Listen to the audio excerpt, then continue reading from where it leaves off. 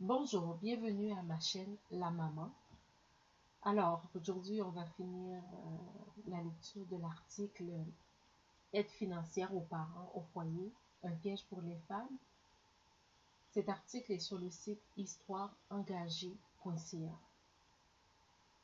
Alors, la proposition de la CAQ pose bien sûr la question de la précarité économique de certains ménages et de la difficulté pour plusieurs parents de passer du temps de qualité avec leurs enfants.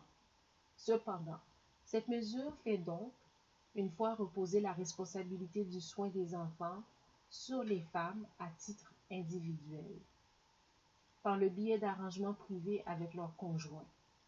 Même si l'allocation n'est pas exclusivement destinée aux femmes, ces dernières sont plus susceptibles de quitter leur emploi pour rester au foyer, s'exposant ainsi à une certaine insécurité financière. Dans les faits, une telle mesure ne permet donc pas de remettre en cause les facteurs structurels qui freinent l'émancipation économique, sociale et politique des femmes.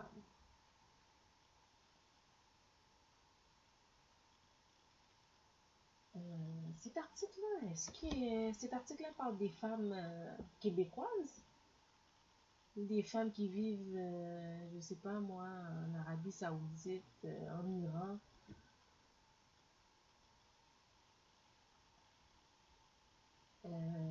La partie où est-ce que on mentionne que cette mesure fait encore une fois reposer la responsabilité du soin des enfants sur les femmes à titre individuel par le biais d'arrangements privés avec leurs conjoints. Bon. Fait que là, ce que cet article-là suggère, c'est que au lieu d'avoir l'homme et la femme qui décident comment on va s'arranger pour prendre soin de notre famille, non, on veut que le gouvernement intervienne. Hein? Et que le choix ne revienne pas aux familles, mais que le gouvernement instaure une loi pour dire comment vous allez gérer votre foyer. Moi, je trouve que déjà le gouvernement là est impliqué dans toutes les sphères de notre vie. Peut-on avoir un peu de contrôle sur notre propre vie? Nous sommes des adultes, on peut quand même bien gérer nos problèmes. Est-ce qu'on a besoin du gouvernement pour nous dire comment gérer notre famille?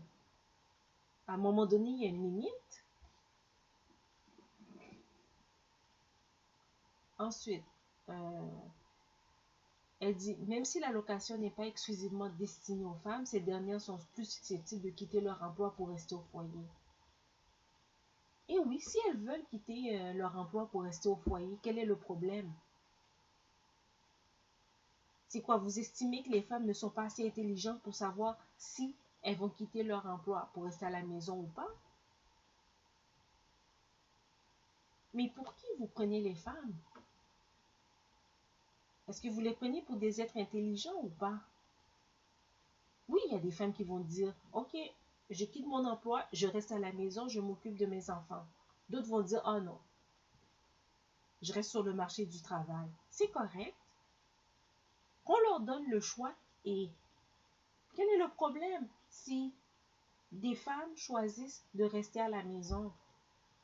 Là, vous vous souciez de leur sécurité financière? Il y a beaucoup de femmes qui travaillent et qui ont des problèmes de finances. Selon une étude parue récemment, l'endettement des Canadiens là, est estimé de la façon suivante. Pour chaque dollar gagné, un Canadien doit 1,79 $. Oui, les femmes travaillent. Ça n'empêche pas qu'elles sont tout aussi endettées, qu'elles ont une insécurité financière. Le fait qu'elles travaillent n'assure pas leur sécurité financière. L'endettement là, des Canadiens est énorme.